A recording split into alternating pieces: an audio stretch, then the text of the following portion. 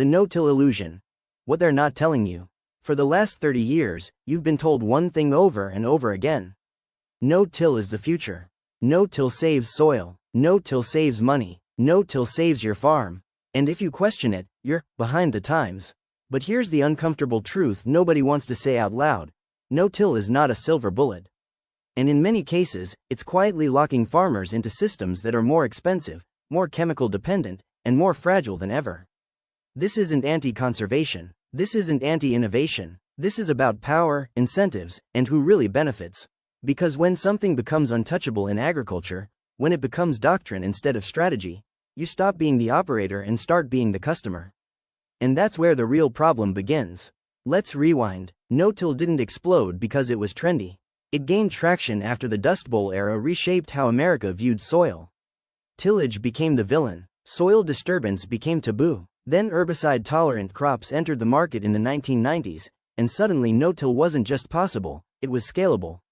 The timing was perfect. Chemical companies introduced systems that paired genetically modified crops with specific herbicides. You already know the names. You've sprayed them, everyone has. And now, instead of iron managing weeds, chemistry does. On paper, that sounds efficient. Fewer passes, less fuel, less erosion. But here's what doesn't get talked about at conferences or glossy industry expos. When you remove tillage, you don't remove pressure. You shift it. Weeds don't disappear, they adapt. And adaptation in biology moves faster than adaptation in marketing brochures. By 2020, over 50 million acres in the US had herbicide-resistant weeds. That's not fringe, that's structural, that's systemic, which means the original promise of spray once and relax quietly evolved into layered tank mixes, stacked chemistries, and rising input costs. The conversation shifted from soil protection to resistance management. But the industry narrative didn't. Instead, we got more products, more formulations, more solutions. Here's the question no one asks plainly. If no-till reduces passes and saves money, why have chemical input costs continued rising per acre? Fuel may go down, iron wear may go down, but chemical dependency goes up. And dependency is profitable, just not for you. Now let's be fair. No-till absolutely reduces erosion in certain environments. On sloped ground, in highly erodible soils, it can be a powerful tool. It preserves surface residue, improves infiltration in specific conditions, and can build soil structure over time. But here's where nuance matters. No-till behaves very differently in Iowa versus Texas, in high rainfall versus arid climates, in heavy clay versus sandy loam. Yet the messaging has been universal. Adopt it, commit to it, stick with it, no matter what. Agriculture hates gray areas. It loves systems. And once you adopt a system, switching becomes expensive. New equipment, new rotations, new chemical programs, different fertility timing, changed pest pressures. You're not just adopting a practice. You're entering an ecosystem of inputs. That ecosystem has vendors, advisors, incentives, and none of them are neutral. Let's talk about soil health. You've heard the claim, no-till builds organic matter. It can, under the right conditions, with diversified rotations, with cover crops, with patience. But here's the detail that gets buried. In many continuous corn-soy rotations without aggressive cover integration, organic matter gains plateau. Surface layers improve, but deeper compaction can increase without mechanical disruption. Stratification of nutrients becomes more pronounced. Phosphorus accumulates near the surface. Roots may struggle in dense subsoil. In other words, you fix one problem and create two new management variables. Now you're buying vertical tillage tools, strip till units, specialized planters with heavier downforce, biological additives to compensate for residue breakdown. You see the pattern? The original promise was simplification. The modern reality is complexity. And complexity is expensive. Let's zoom out. When no-till became dominant, it coincided with consolidation in agriculture. Larger operations, narrower margins, greater reliance on scale. No-till allowed more acres per operator. That's a feature, but it also quietly encouraged expansion. More land, more leverage, higher financial exposure. The system works beautifully when commodity prices cooperate. But when prices drop and input costs remain high, you're locked into a structure that demands consistency. And agriculture has never been consistent. Weather swings harder, regulations tighten, resistance grows, fertility costs spike. The question isn't whether no-till works. The question is whether it was oversold as universally superior when it's actually context-dependent. And that distinction matters, because once something becomes moralized in agriculture, debate shuts down. You're either progressive or backward, innovative or stubborn, efficient or wasteful. That binary thinking kills strategic flexibility. And flexibility is survival. In the next section, we're going to dissect the financial side. Not the marketing numbers, real cost structures, real input stacking, real break-even shifts over the last 20 years. Because soil health is important, but cash flow keeps the lights on. And if a system slowly increases long-term dependency while selling you the idea of independence, that's not innovation. That's leverage, the financial trap nobody puts in the brochure. Let's stop talking ideology, let's talk math, because soil structure doesn't pay your banker. Margins do. When no-till is pitched, the headline savings are always the same: less fuel, less labor, less equipment wear. And on the surface, that's true. Fewer field passes reduce diesel consumption. Machinery hours drop, maintenance intervals stretch. If you were running multiple tillage passes before, you absolutely see an operational efficiency gain. But here's where things start bending. The savings are front-loaded, the costs are back-loaded, and most farmers don't analyze the full 10 to 15-year arc when adopting a system. Let's break it down. In a conventional tillage system, weed suppression comes partially from mechanical disruption. That's iron doing biological work. In no-till, that biological pressure doesn't vanish. It transfers to chemistry. Early adoption phases often look great. Herbicide programs are simple, resistance levels are low, single-mode chemistry performs well. Then biology adapts. By the mid-2000s, glyphosate-resistant weeds began spreading aggressively across U.S. acres. What used to require one active ingredient now requires layered chemistries. Pre-emergent plus post-emergent. Residual stacking, higher rates, more complexity, and complexity costs money. The per-acre chemical spend in major row crop systems has steadily climbed over the past 2 decades. Not because farmers enjoy buying inputs. Because resistance forced escalation. Now here's the part that rarely gets mentioned. Resistance risk is higher in simplified rotations. And what did no-till get paired with across much of the Midwest? Corn-soybean rotation. 2 crops. Predictable chemistry cycles. Repeated modes of action. Biology loves predictability, so resistance pressure builds. Then what happens? You add more chemistry, you rotate actives, you add adjuvants, you apply earlier, you spray later, and suddenly the reduced pass advantage shrinks because you're back in the field managing escapes. Let's quantify the shift conceptually. Fuel savings from eliminating 2 tillage passes might save, depending on region and scale, a modest amount per acre annually.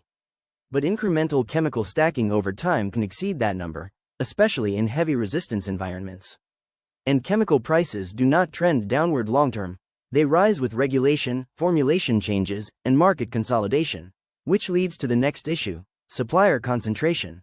Over the past 2 decades, major agricultural chemical companies consolidated into fewer global players. That reduces competitive pricing pressure. When your weed management system is structurally dependent on chemistry, your negotiating leverage decreases.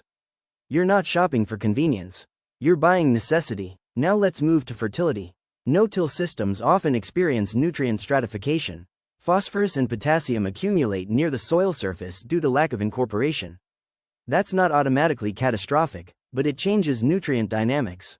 Surface accumulation increases runoff risk in certain rainfall events. Subsurface availability may decrease in compacted layers. Root access becomes more variable. So how do farms respond? More precise placement tools, strip-till bars, banding systems, variable rate technology, advanced planters with higher downforce to penetrate residue. Notice the pattern again. Initial simplification leads to downstream specialization. Each adaptation has a capital cost. Strip-till rigs are not cheap. High-tech planters are not cheap. Guidance systems, downforce sensors, closing wheel upgrades, residue managers. None of these are inherently bad. Many are excellent tools, but the capital intensity of the system increases, which increases debt exposure, and debt exposure changes risk tolerance. Now layer in yield variability. In some environments, no-till performs exceptionally well long-term. Moisture conservation improves resilience in dry years. Soil structure can stabilize yields.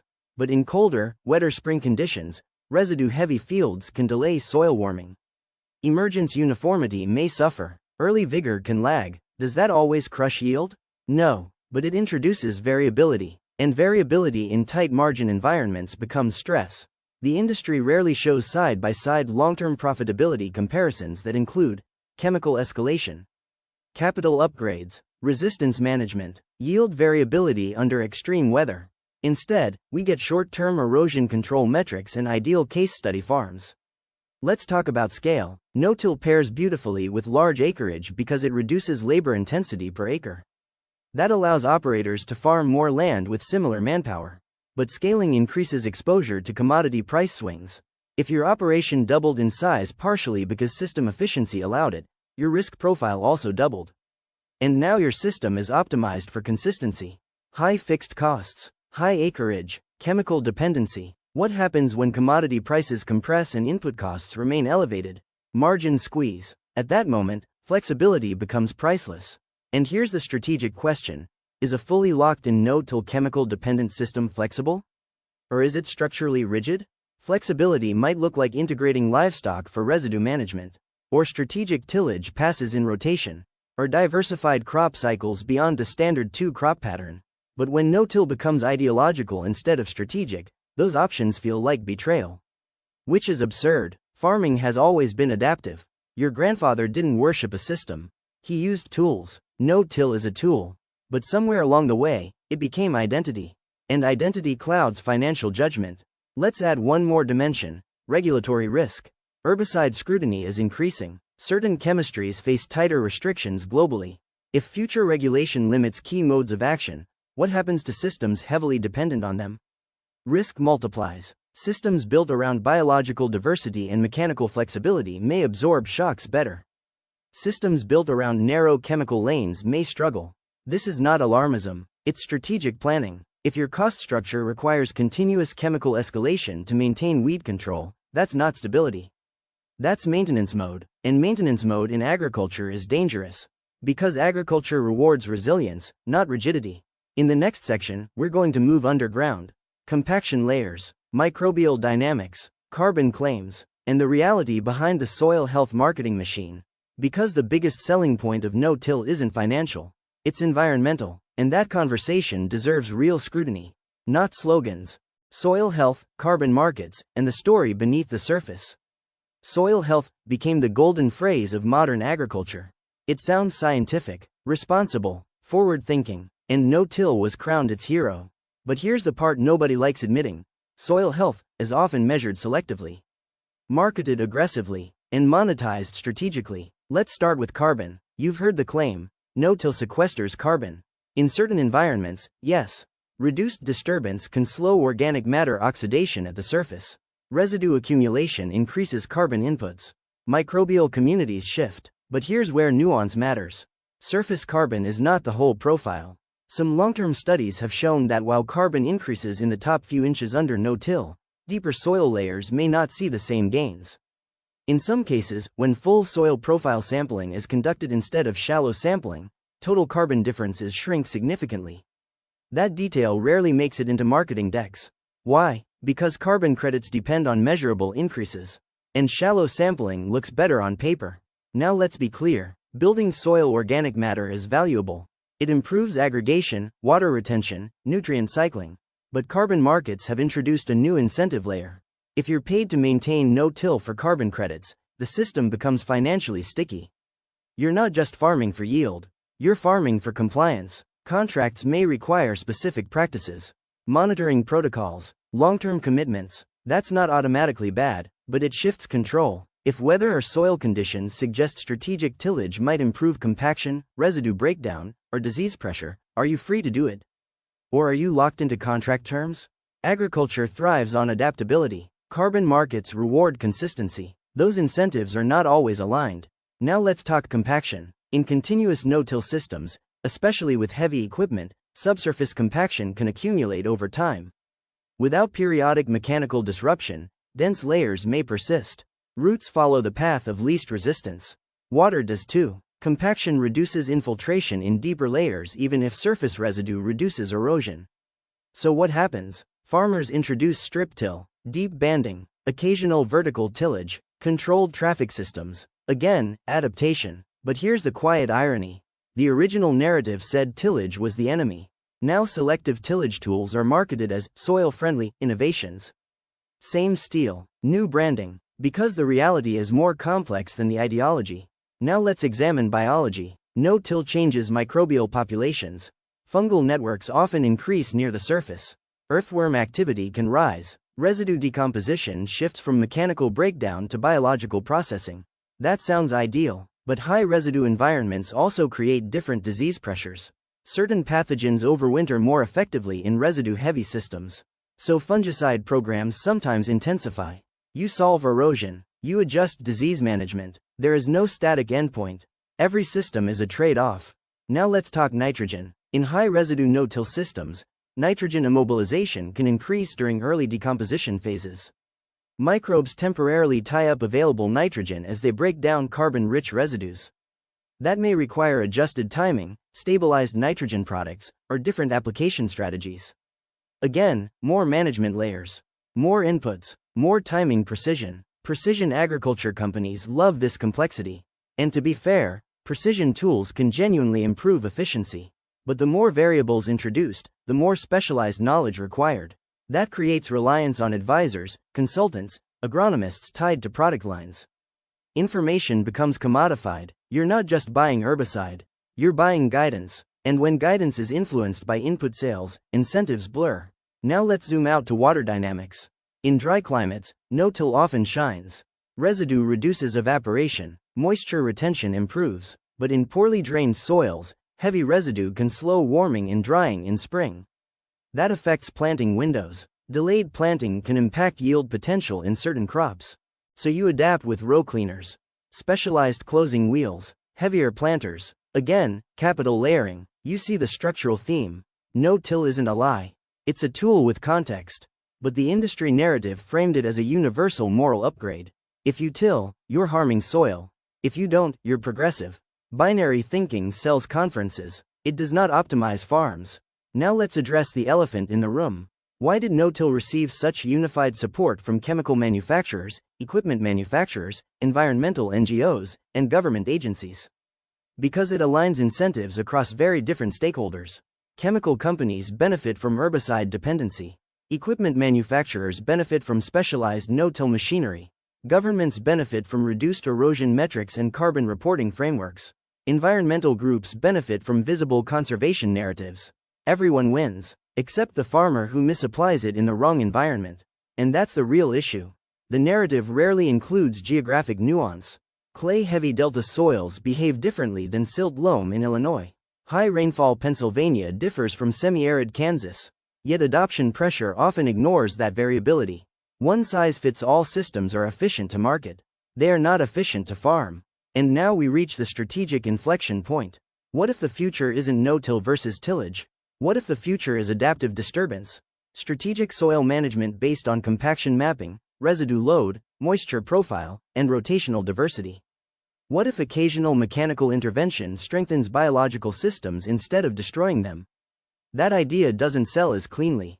It requires judgment, and judgment cannot be patented. In the next section, we're going to examine resilience under stress. Extreme weather, commodity crashes, input shortages. Which system bends without breaking? Because the next decade will not be stable. And systems designed for perfect conditions rarely survive imperfect reality. Stress test. What happens when the system is under pressure? Farming does not fail in theory. It fails under stress, high input costs, low commodity prices, extreme weather, supply chain disruption. That's where ideology gets expensive. Let's start with weather volatility. Rainfall patterns are becoming less predictable in many regions. Longer dry spells followed by intense rain events. Warmer winters, earlier springs that turn cold again.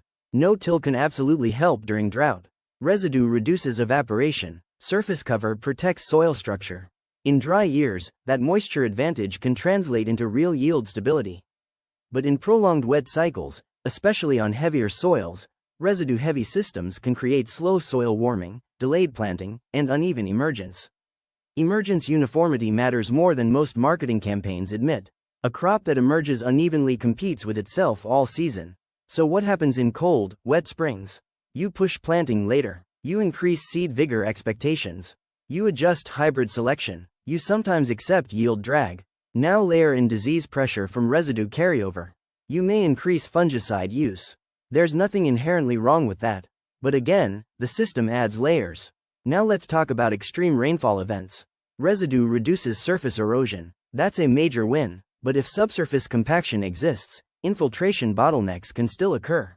Water sits, roots suffocate, nitrogen leaches or denitrifies, so your erosion numbers look great. Your yield map tells a more complicated story. Stress reveals hidden weaknesses. Now shift to economics. Imagine commodity prices drop 25%.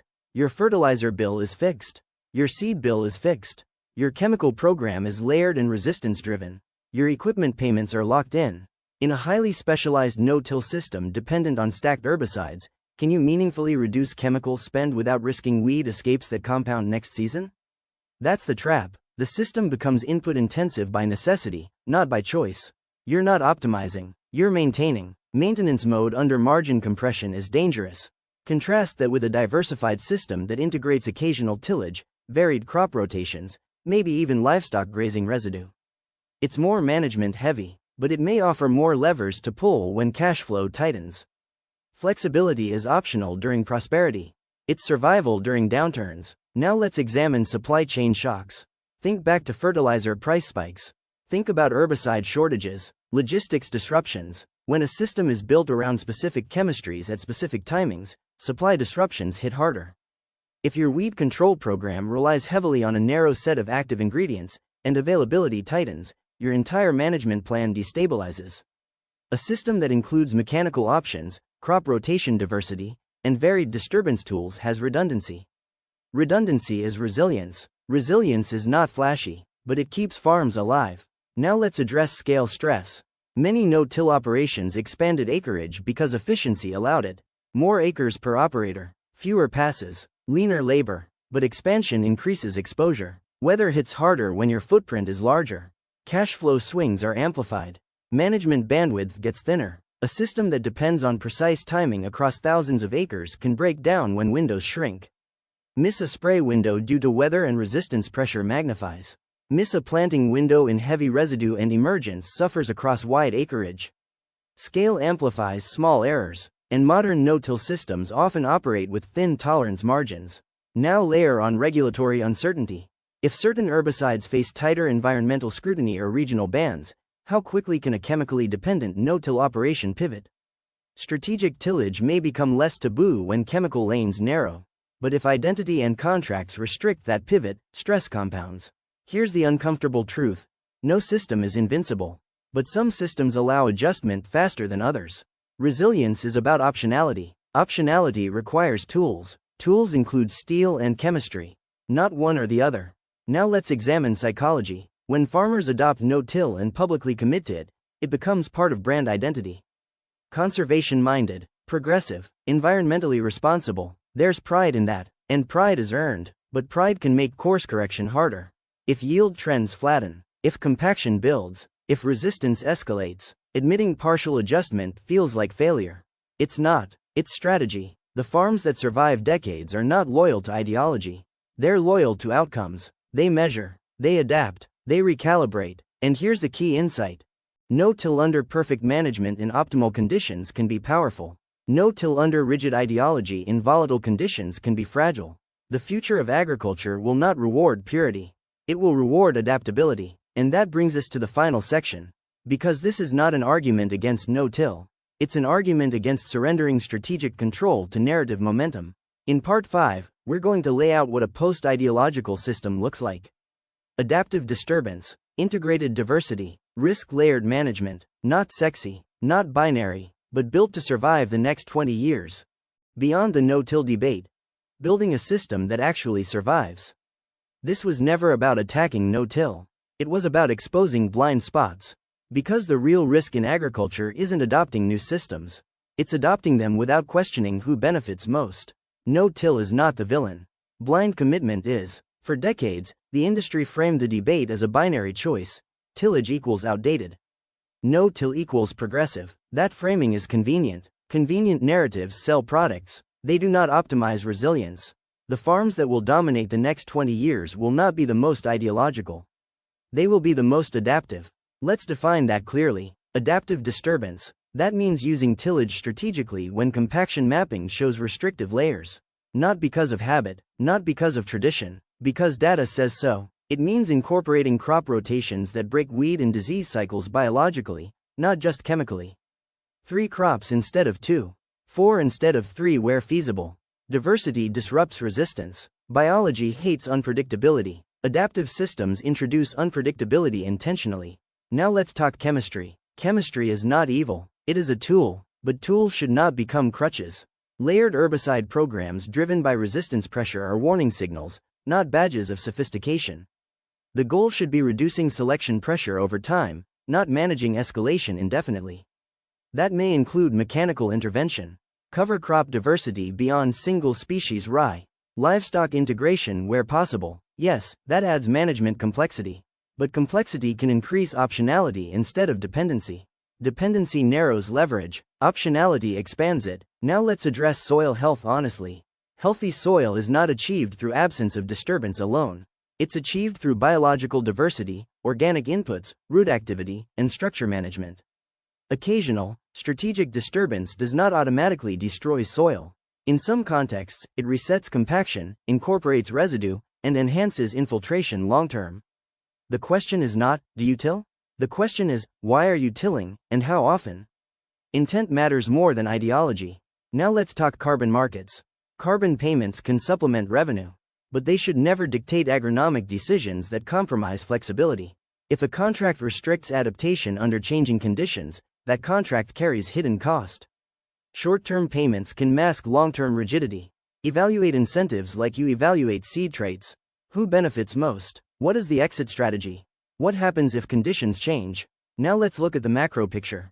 Agriculture is entering an era of tighter margins, higher volatility, regulatory scrutiny, and biological resistance escalation. Systems optimized for stable inputs and predictable markets may struggle. Systems built around layered resilience have margin for error. Resilience is not romantic. It does not trend on social media. It does not headline conferences. But it keeps families on land. Here's the strategic framework moving forward. Diagnose before you disturb. Use compaction mapping, infiltration testing, and yield variability analysis before making structural changes. Diversify rotations beyond comfort zones where feasible. Biological diversity reduces chemical dependency. Treat tillage as a scalpel, not a sledgehammer. Occasional intervention can enhance long-term stability. Reduce mode of action repetition. Resistance is not a future problem. It is present. Guard flexibility above all else. The ability to pivot is more valuable than adherence to doctrine.